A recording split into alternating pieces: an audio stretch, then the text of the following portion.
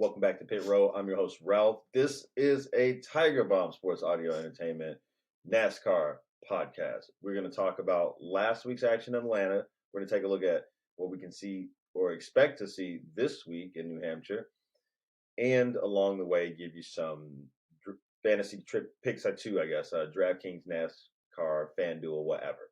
Really quickly, though, before we get started, www.tigerbombsae.com. You can find all the Tiger Bomb podcasts there at our website. You can click on the page for Pit Row and listen to this podcast there. You can also watch this podcast via the YouTube page there. And if you want to search for us, just search for Tiger Bomb Sports Audio Entertainment in whatever platform. We're going to pop up. So YouTube, that's what you search for. You can find our page, like and subscribe. It'll notify you when the new episodes come out, usually every Friday. You can also find us on social media on Facebook and Twitter that very same way. And you can also find us in any app where you listen to your podcast, Spotify, iTunes, Stitcher. Just search again. Too easy. Tiger Bomb Sports Audio Entertainment will come up. You can like and subscribe. Listen to all the podcasts. Maybe you like true crime, baseball, football. Something for everyone. All right, now that we got the heavy lifting out of the way, let's go back. Let's talk about Atlanta because now, obviously, we do this every week. We review the previous week's race, but we're into this stretch of the season where getting down to the last few regular season races, those guys that are looking out in the playoffs only have so much time. You're thinking about your Chase Elliott's. He's missed a bunch of time due to injury and the one because of suspension. But it's not just him. There are other guys, too, that need to make a push. This is the time, and so we'll probably see something interesting this week because of that. Now, NASCAR is working on their small track package. Hasn't been the best, and they were hoping to do some tests this weekend for a new package that would be for next year, but inclement weather in New Hampshire around the track this weekend, and so they canceled that, but they know that they need to keep an eye on where does the package go for short track racing. So just something to keep in mind. We're going to see maybe some of what we saw last year. And so that's why we're going to rely on a lot of our information from last year. But even before we get there, let's go back last week to Atlanta where we knew something was going to be up because of the weather.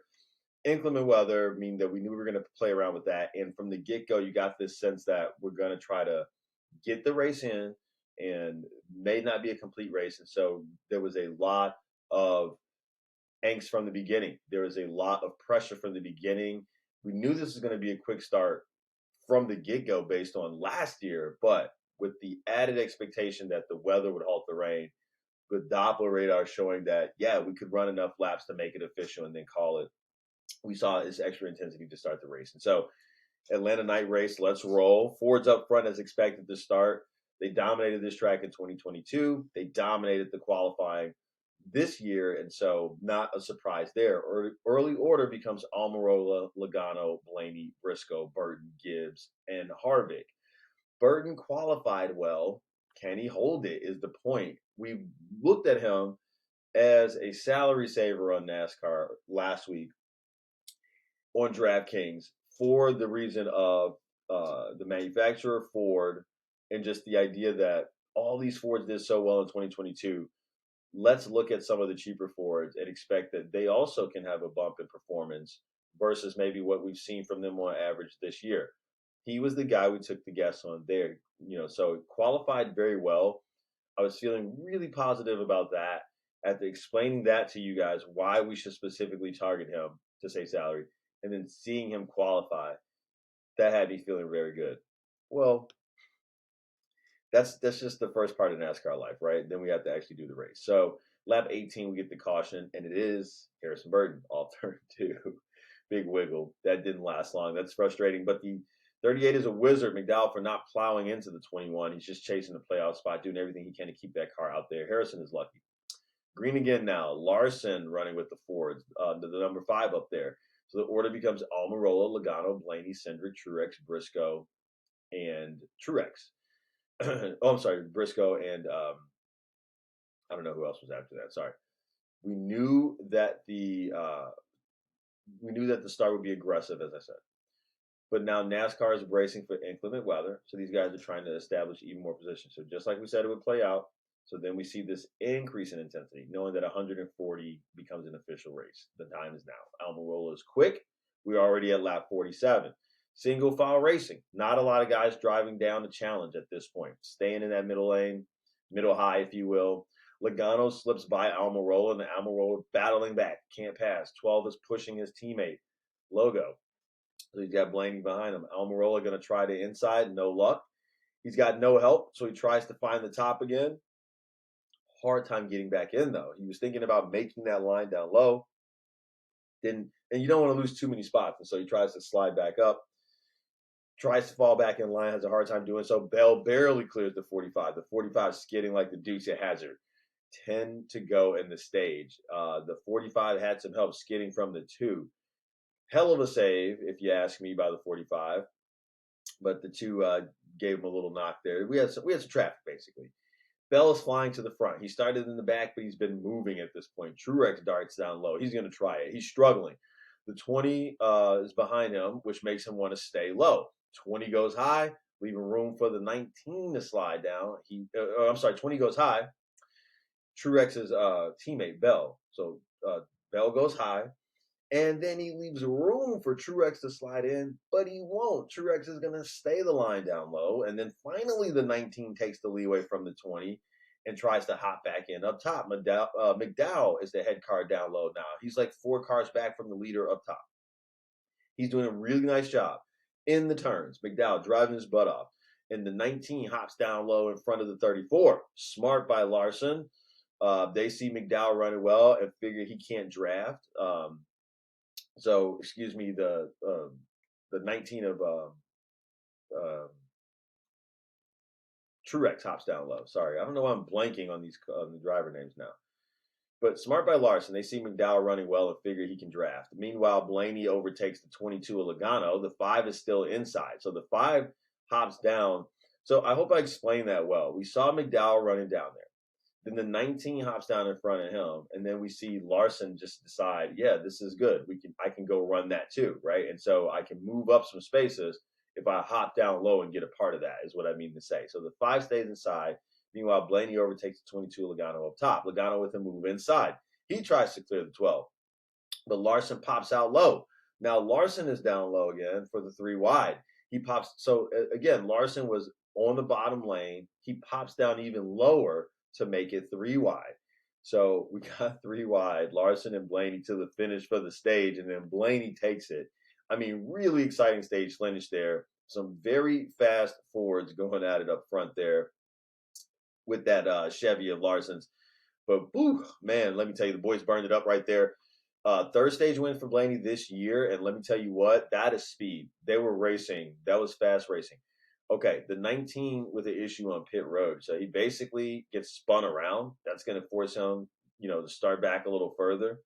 Luckily, he hadn't left pit road. But, yeah, he gets turned around on pit road. There's just a lot of traffic, guys coming in, coming out. He gets spun around. But we get our restart now. Blaney getting a Penske push from the 22 and the 2. 12 is way out front now. Larson up top and Logano down low. So the order becomes Blaney, Logano, Larson, Cindric, Suarez, Bowman. Cindric running well. We continue to see just a handful of cars at the bottom. Try the bottom. It's a rough life down there if you want to live down bottom. Haley running 9th now. He ran well in Xfinity the day before. Caution finally comes out. 24 slides sideways. The 24. Tough day so far for Byron. Flat right rear. Trying so hard to get it going. Restart now. Truex down low and Bubba Wallace up top. So Truex going to try down low. So here we go. The order becomes Wallace, Truex, Priest, Logano, Bowman, Blaney, Cindric, Boucher. Oh, and then we get another caution quickly. Briscoe, Austin Hill, Larson, all involved here. Larson got a lot of tape on there, trying to correct some of that damage. But a lot of contact between those cars. And he's able to get it back out there. We go green, 62 to go in stage 2 now. And so now we have Blaney, Haley, Allmendinger, Bowman, Logano now. There's a lot of bumping and grooving on the track and along the fence. Lap 49 in the stage, single file out front. Order becomes not Blaney, it's Boucher, Haley, Allmendinger, Bowman, Logano. Sorry. But again, a lot of traffic on the track. Like, how we normally see these guys run these single file lines or these 2 double, straight lines. Guys, there's a lot of moving and grooving. There's a lot of shaking and baking. There's a lot of tipping and tapping. So there's a lot of that going on.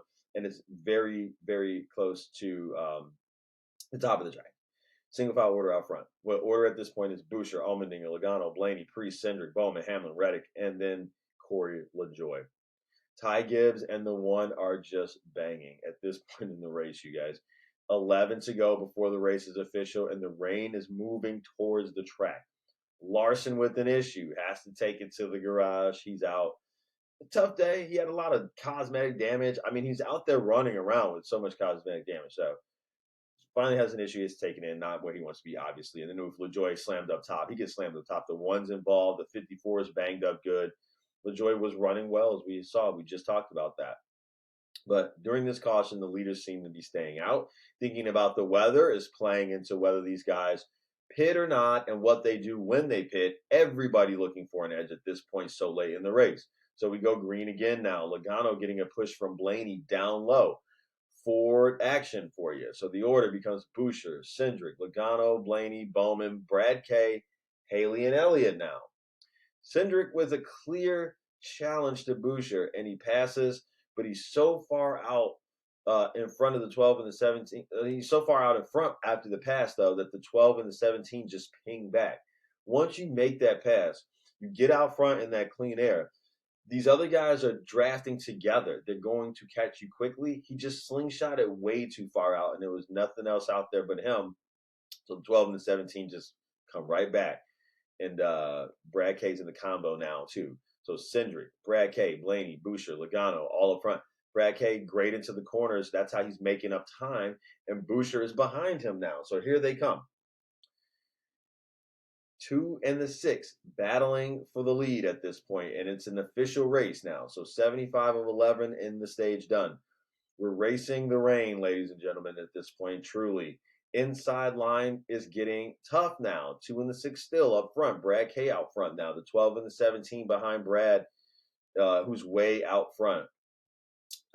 Hamlin with the caution, brings up the caution flag. They were 3 wide. The 48 split up the racetrack and clipped the 11, and he just got loose. The 48 just got loose. That clips the 11, so really salty business for Mr. Hamlin. So we were under 2 laps to go before the end of the stage, end the stage at that, and then open pit row, and then also cleaning debris now. So there's a lot from that dust up. So we got a lot going on with that caution there. Interesting to see, though, Bubba bring it in. He had enough fuel to play with, and also the rain coming.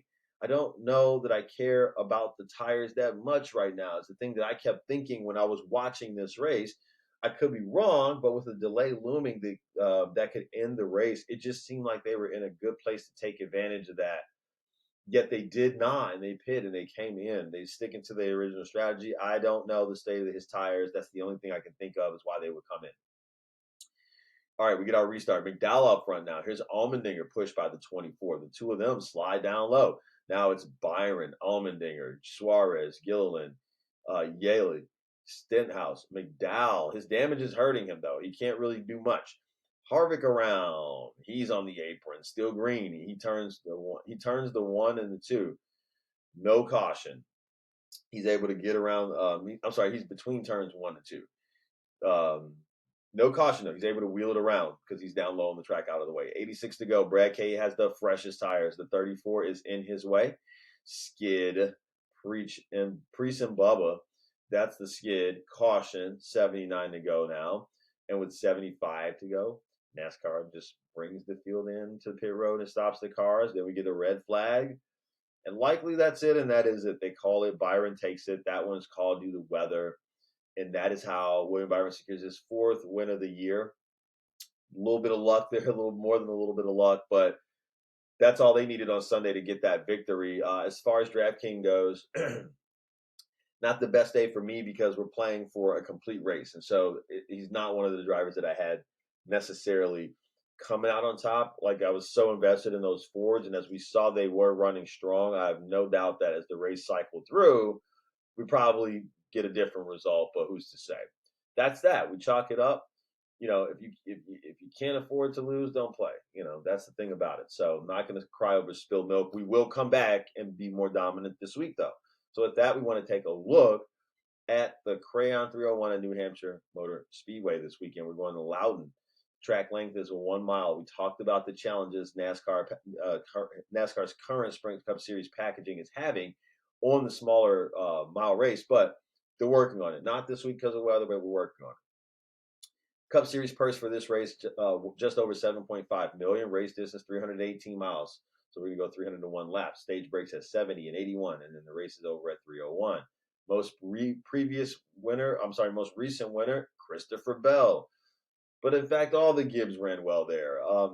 So, take a look at some things I want to consider for this race. Bubba Wallace is only 3 points behind Daniel Suarez and Michael McDowell. He's chasing a playoff spot. Bubba has been solid, if not, I would just say consistent. He's been consistent. I'll take that. I'm thinking about the fact that he can have a great week this week. He did well here last year. If he stays to his consistency, I think he can edge himself into a final playoff spot this week or get closer to it. So I have a lot of interest in him being only 3 points behind Daniel Suarez and Michael McDowell. Now, AMJ Allmendinger, also very close, 13 points back. One of those guys in front of him has a DNF, and he finishes in the top 10. That's a mix-up. That's a mix-up in the standing. So we have to look at AJ Allmendinger this week. That's a salary saver on DraftKings, so we definitely want to pay attention and plug him in with some of our more high-powered drivers. Chase Elliott looking in, trying to make his way in for the reasons we stated before. But again, right guy, right team, right car. He's going to bring it on at the right time, and he had some pretty good success here last year. I like his finish from last year. You go back and look at the race. They ran well. They were there all day. Hendrick in total didn't run bad last year. You think about Bell when you think about this race. You think about Toyotas, as you should. We'll talk about that in a second. But we cannot mistake, if you go back, what the Hendrick cars were able to do. I don't have a problem with Chase Elliott. He needs this. We want to ride that. We want to ride that. Christopher Bell, though, the reason why he's so, if you don't know, the reason why he's so highly regarded this weekend is that he owns New Hampshire so far in this next-gen era. 2 top 2 finishes in both races. Okay? So he's either 1 or 2nd in the 2 races we've done here. And that's including the win last year, 2022. In his last 8 races, Bell has 6 finishes outside of the top 10. So he's been cooling. Decent start to the year. A lot of hype to begin the year. But we've seen him cool as jets recently. And so this is a chance for him to take a track where he's had a lot of success and catapult himself back into the championship picture. At New Hampshire, this guy has he's raced and he's won at every level of NASCAR. He has 1 Sprint Cup Series win at this New Hampshire track. He's won 3 times here in Xfinity. He has won in the Craftsman Truck Series here. Dare we say it, Christopher Bell knows New Hampshire. He knows his track. He knows his place. Joe Gibbs is a team that traditionally has done very well here. You may even use the term dominate. We've seen this last year and the year before. We've seen who he is. Do the math. Let's put 2 and 2 together. That's how those 4 wheels roll into victory lane. We do want to touch on Cindric, like we said. He is a guy who finished well here last year, and we're thinking of salary saver, so $6,100 on DraftKings. I'm looking at that performance last year, and I think he's priced too low. We want to take advantage of that to fit in some lineups with a couple of high-end guys. McDowell, $5,900, racing for the job in that 10, basically, that Almirola is driving this year. He's trying to get that ride for next year. He's trying to make the playoffs. He has so much urgency and so much, and he got lucky last week because of that delay, so he gets the top 3 finish. He got lucky, but so much urgency in what his team needs to do front row. I think that the $5,900 is perfect for what we want to do this week. But as mentioned, I'm going to play Hendrick. I mean, I want a full lineup of them because it's never been easier to do, guys. They're down pricing Bowman so much that you can make this work, to be quite honest. Byron is also priced too low for a guy that has had so much success this year. I'm not talking about this track. I'm talking about this year, and he's coming off of a victory. How many times do you hear when the guy's coming off a victory, he's hot, and they say it's going to roll into next week, right? For whatever reason, we don't see a lot of that talk this week. But not often on DraftKings, as I said, can you actually fit in all those Hendrick cars in one lineup. You can do it. You can do this, and you can pay down with those other guys we talked about. So I just gave you essentially the 6 cars that I'm going to use in one lineup. Haas, Steve, Stuart Haas. I want to get investment there. These are guys that did well last year. I like what I saw from most of these drivers last year. I think even Almirola in play. I obviously love Harvick, but there's something about these Fords. Chris Buescher, he's in the playoff picture along with Brad Kay, but those two teammates, they're going to turn it up. They've been turning up. They're going to keep it turned up. I like what these guys have a chance to do this week. I want to play them with Stewart. I want to get involved. RFK Stewart. Let's mix it up. Let's do it like that. This is a track where I want to see, can I pair up these teams again? We can obviously go to your all-star guys or whatever, but maybe a track where we can pair them. Don't forget about Rowdy.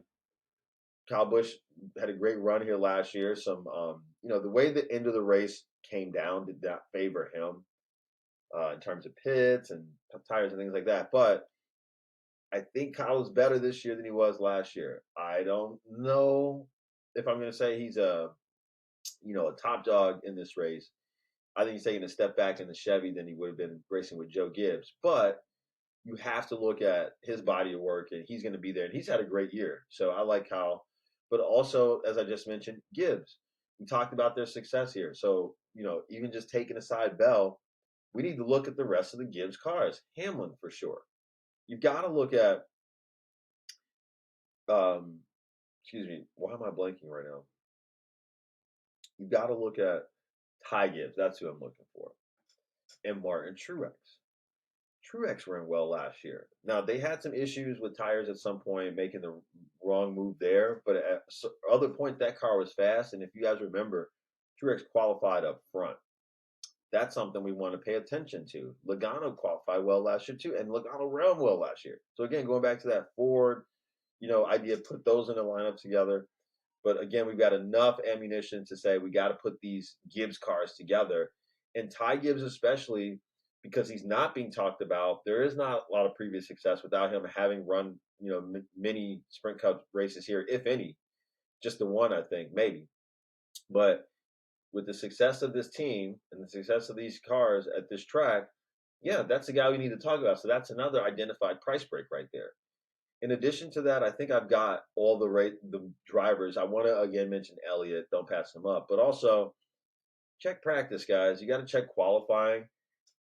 I want to be sure of what I'm seeing before the race starts. And so make some lineups now, but save some room. You can reserve a lineup on DraftKings or FanDuel. You don't have to put in the drivers yet. You could reserve it now, go back and put it in on Sunday. But I want to watch qualifying because I want to see are the things that I'm suspecting going to happen, right? Like Chase Elliott, how's he going to qualify?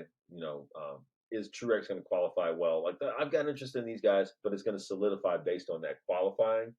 And that's going to sway any new decisions that I want to make. The only other team that I want to mention that I haven't talked about is Trackhouse, because they are in the playoff picture still, but you're getting an extreme price break on these guys. Both these guys were both these guys were 5-digit price last year around this time of year. You're getting Chastain for $8,800. I can't remember the last time you got Chastain for $8,800, under $9K, right? So, you got to take the value there. You compare those two with Front Row if you want to, and then you can just pick, plug and play the last two expensive guys. Or you can just use Trackhouse to offset some other more expensive pairings. But we want not to forget them. They were literally, before the rain caused the eventual red flag ending of the race, they were looking for a bounce back last week in Atlanta. If they could pull that out, we were talking about, and again, the weather came into play, but we were talking about them trying to win their third race in a row, is what we're talking about. Between Chastain and VSG, they're not going away. These guys are in it to win it, trying to solidify some, playoff points, get some, momentum rolling for the playoffs, if you will. So that's what I'm looking for. But be sure to watch qualifying. That's it, guys. That's all I got for you on my birthday weekend. Thanks for listening, you guys. Thanks for watching. We'll come right back here next week. We'll talk about what we saw. We'll chop it up. If you're playing, good luck. Let's all watch and have fun. Have a safe weekend. Peace.